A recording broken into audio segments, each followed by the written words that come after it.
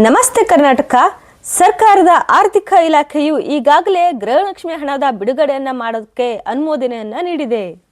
ಕಳೆದ 2 ತಿಂಗಳಿಂದ ಗೃಹಲಕ್ಷ್ಮಿ ಯೋಜನೆಯ ಹಣ ಯಾವಾಗ ಬರುತ್ತೆ ಅಂತ ಕಾಯುತ್ತಿದ್ದ ರಾಜ್ಯದ ಲಕ್ಷಾಂತರ ಗೃಹಿಣಿಯರ ಕಾಯುವಿಕೆ ಈಗ ಮುಗಿಯುತ್ತೆ. ಸಿದ್ದರಾಮಯ್ಯ ಸರ್ಕಾರವು ಯೋಜನೆಯ 25ನೇ ಕಂತಿನ ಹಣವನ್ನ ಬಿಡುಗಡೆ ಮಾಡೋಕೆ ಗ್ರೀನ್ ಸಿಗ್ನಲ್ ನೀಡಿ ಒಂದು ದಿನಾಂಕವನ್ನ ಫಿಕ್ಸ್ ಮಾಡಿದೆ. ಹಬ್ಬದ ಸಂಭ್ರಮದ ನಡುವೆಯೇ ನಿಮ್ಮ ಮೊಬೈಲ್ಗೆ ಮನಿ ಕ್ರೆಡಿಟ್ ಅಂತ ಮೆಸೇಜ್ ಬರೋದು ಪಕ್ಕಾ.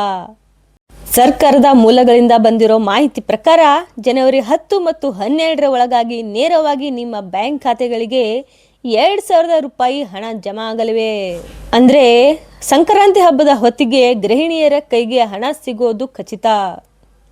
ಸರ್ಕಾರದ ಕಡೆಯಿಂದ ಇನ್ನೊಂದು ಉಡುಗೊರೆ, ಆಫೀಸ್ಗಳಿಗೆ ಅಲೆಯುವ ಕಷ್ಟ ಇನ್ಮುಂದೆ ಇರೋದಿಲ್ಲ. ಹಲವು ಮಹಿಳೆಯರಿಗೆ ಹಣ ಬಂದಿಲ್ಲ ಯಾಕೆ ಅಂತ ಕೇಳೋಕೆ ತಾಲೂಕಾ ಕಚೇರಿ ಅಥವಾ ಗ್ರಾಮ ಒನ್ ಕೇಂದ್ರಗಳಿಗೆ ಅಲೆದಾಡುವುದು ದೊಡ್ಡ ತಲೆನೋವಾಗಿತ್ತು.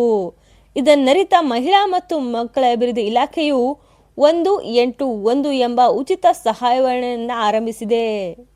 ನೀವು ಮನೆಯಲ್ಲೇ ಕುಳಿತು ಈ ನಂಬರ್ಗೆ ಕರೆ ಮಾಡಿದರೆ ಸಾಕು, ನಿಮ್ಮ ಹಣ ಯಾಕೆ ಬಂದಿಲ್ಲ ಅಂತ ಮತ್ತು ಅದಕ್ಕೆ ಪರಿಹಾರ ಏನಾಗಬೇಕು ಅಂತ ಅವರು ಹೇಳ್ತಾರೆ. ಹಣ ಜಮೆಯಾದ ತಕ್ಷಣ ಬ್ಯಾಂಕ್ಗಳ ಮೂಲಕ ಉದ್ದನೆಯ ಸಾಲಿನಲ್ಲಿ ನಿಲ್ಬೇಡಿ. ಈಗ DBT ಕರ್ನಾಟಕದ ಆ್ಯಪ್ ಮೂಲಕವೇ ನಿಮ್ಮ ಹಣ ಜಮಾ ಆಗಿದೆ ಇಲ್ಲ ಅಂತ ಮೊಬೈಲ್ನಲ್ಲೇ ತಿಳ್ಕೊಳ್ಬಹುದು. ಒಂದು ವೇಳೆ ಹಣ ಬರೆದಿದ್ರೆ 181 ನಂಬರ್ಗೆ ಕರೆ ಮಾಡುವ ಮೂಲಕ ನಿಮ್ಮ ಬ್ಯಾಂಕ್ ಪಾಸ್ಬುಕ್ ಹಿಡಿದುಕೊಳ್ಳಿ ಮತ್ತು ಇದರಿಂದ ಅಧಿಕಾರಿಗಳಿಗೆ ಮಾಹಿತಿ ನೀಡಲು ಸುಲಭ ಆಗುತ್ತೆ. ಇನ್ನೊಂದು ವಿಷಯ ಅಂದರೆ ಗೃಹಲಕ್ಷ್ಮಿ ಹಣ ಕೇವಲ BPL ಕಾರ್ಡ್ ಇರೋ ಹೆಣ್ಮಕ್ಳಿಗೆ ಮಾತ್ರ ಬರುತ್ತೆ ಅನ್ನೋದು ತಪ್ಪು.